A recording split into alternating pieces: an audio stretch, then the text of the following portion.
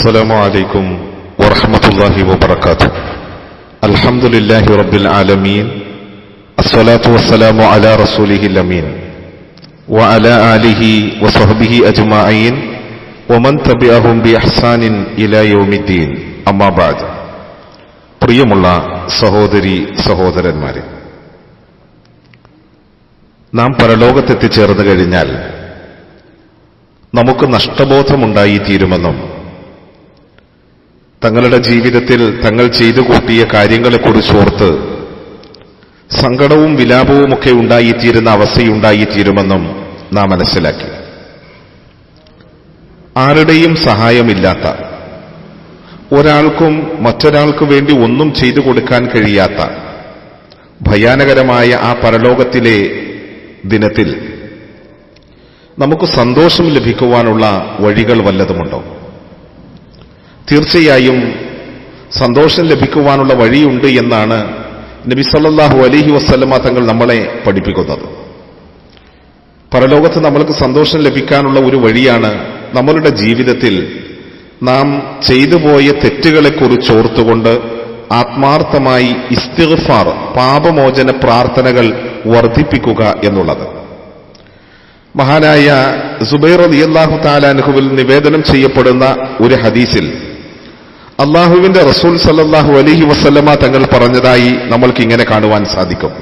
ഖാല മൻ അഹബ്ബ അൻ തസുറഹു സഹീഫതുഹു ഫൽയുക്സിർ ഫീഹാ മിനൽ ഇസ്തിഗ്ഫാർ.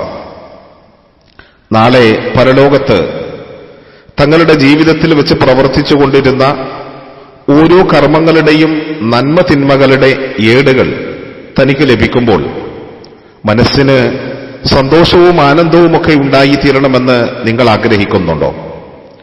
അങ്ങനെ ആഗ്രഹിക്കുന്നുണ്ടെങ്കിൽ നിങ്ങളുടെ ആ നന്മകളുടെ ഏടുകളിൽ ധാരാളമായി ഇസ്തിഗ്ഫാറുകൾ ഉണ്ടാകണം, അഥവാ ഇസ്തിഗ്ഫാറുകളെ അധികരിപ്പിക്കണമെന്നാണ്.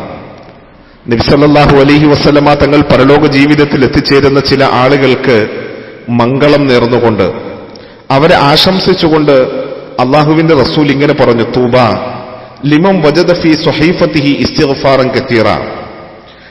തങ്ങളുടെ കർമ്മങ്ങളുടെ ഏടുകളിൽ ഇസ്തിഗ്ഫാറിനെ അധികരിപ്പിച്ചിട്ടുള്ളതായ ആളുകൾക്ക് മംഗളാശംസ, അവർക്ക് നന്മ വരട്ടെ എന്ന് നബി സല്ലല്ലാഹു അലൈഹി വസല്ലമ തങ്ങൾ നമ്മളെ അറിയിക്കുകയാണ്.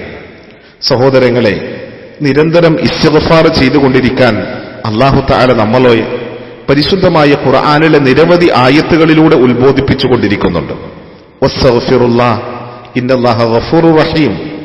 നിങ്ങൾ ഇസ്തിഗ്ഫാർ ചെയ്യുക, തീർച്ചയായും അല്ലാഹു ഏറെ പൊറുക്കുന്നവനും കരുണാനിധിയുമാണ്. വനിസ്തഗ്ഫിറൂ റബ്ബക്കും സുമ്മ തൂബൂ ഇലൈഹി. നിങ്ങൾ നിങ്ങളുടെ റബ്ബിലേക്ക് ഇസ്തിഗ്ഫാർ ചെയ്യുകയും പിന്നീട് അവനിലേക്ക് ആത്മാർത്ഥമായി തൗബ ചെയ്ത് പശ്ചാത്തപിച്ച് മടങ്ങുകയും ചെയ്യുവിൻ എന്ന്. ഇങ്ങനെ അല്ലാഹു സുബ്ഹാനഹു വ തആല പരിശുദ്ധമായ ഖുർആനിലെ നിരവധി സ്ഥലങ്ങളിൽ വിശ്വാസികളോട് ഇസ്തിഗ്ഫാറിന്, തൗബയ്ക്ക് പ്രേരിപ്പിക്കുന്നത് നമ്മൾക്ക് കാണുവാൻ സാധിക്കും.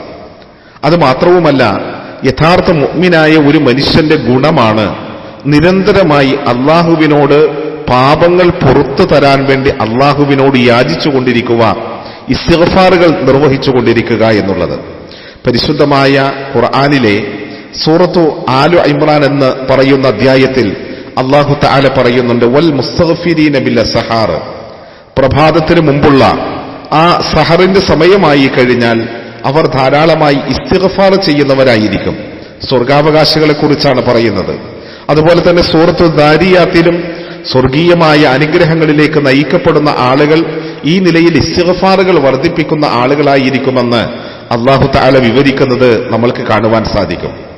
നമ്മളുടെ മുമ്പ് കഴിഞ്ഞുപോയ അല്ലാഹു ഈ ഭൂമിയിലേക്ക് നിയോഗിച്ച പ്രവാചകന്മാരുടെ, സ്വാലിഹീങ്ങളുടെ, നന്മ ജീവിതത്തിൽ നിലനിർത്തിയവരുടെ എല്ലാം ഗുണമാണ് നിരന്തരമായി ഇസ്തിഗ്ഫാറുകൾ ചോദിച്ചുകൊണ്ടിരിക്കുക എന്നുള്ളത്. ആദം നബി അലൈഹിസ്സലാം അല്ലാഹുവിനോട് പ്രാർത്ഥിച്ചുകൊണ്ടിരുന്നു: റബ്ബന ളലംന അൻഫുസന വഇല്ലം തഗ്ഫിർ ലനാ വതർഹംനാ ലനകൂനന്ന മിനൽ ഖാസിരീൻ. ഞങ്ങളുടെ രക്ഷിതാവേ, ഞങ്ങൾ ഞങ്ങളുടെ സ്വന്തത്തോട് അക്രമം പ്രവർത്തിച്ചിരിക്കുകയാണ്. നീ ഞങ്ങൾക്ക് പുറത്തു തരികയും ഞങ്ങളോട് കരുണ കാണിക്കുകയും ചെയ്യുന്നില്ല എങ്കിൽ ഞങ്ങൾ നഷ്ടക്കാരിൽപ്പെട്ടു പോകും റബ്ബേ. അതുകൊണ്ട് ഞങ്ങൾക്ക് നീ പുറത്തുതാ. ആദം നബി അലൈഹിസ്സലാം ഇസ്തിഗ്ഫാർ നടത്തുകയാണ്. നൂഹ് നബി അലൈഹിസ്സലാമയുടെ ഇസ്തിഗ്ഫാറിനെ കുറിച്ച് പരിശുദ്ധ ഖുർആനിലെ സൂറത്തുൽ ഹൂദിൽ അല്ലാഹു തആല പറയുന്നുണ്ട്. അതുപോലെ തന്നെ മൂസാ നബി അലൈഹിസ്സലാമയുടേത്, മുഹമ്മദ് നബി സല്ലല്ലാഹു അലൈഹി വസല്ലമ തങ്ങളെ സംബന്ധിച്ച് പരിശുദ്ധ ഖുർആനിലെ സൂറത്തുൽ മുഹമ്മദ് എന്ന് പറയുന്ന അധ്യായത്തിൽ അല്ലാഹു തആല ഇപ്രകാരം പറയുന്നത് കാണുവാൻ സാധിക്കും. ഫഅലം അന്നഹു ലാ ഇലാഹ ഇല്ലല്ലാഹ്, നബിയെ താങ്കൾ ലാ ഇലാഹ ഇല്ലല്ലാഹ് അറിയുകയും അത് മുറുകെ പിടിക്കുകയും ചെയ്യണം.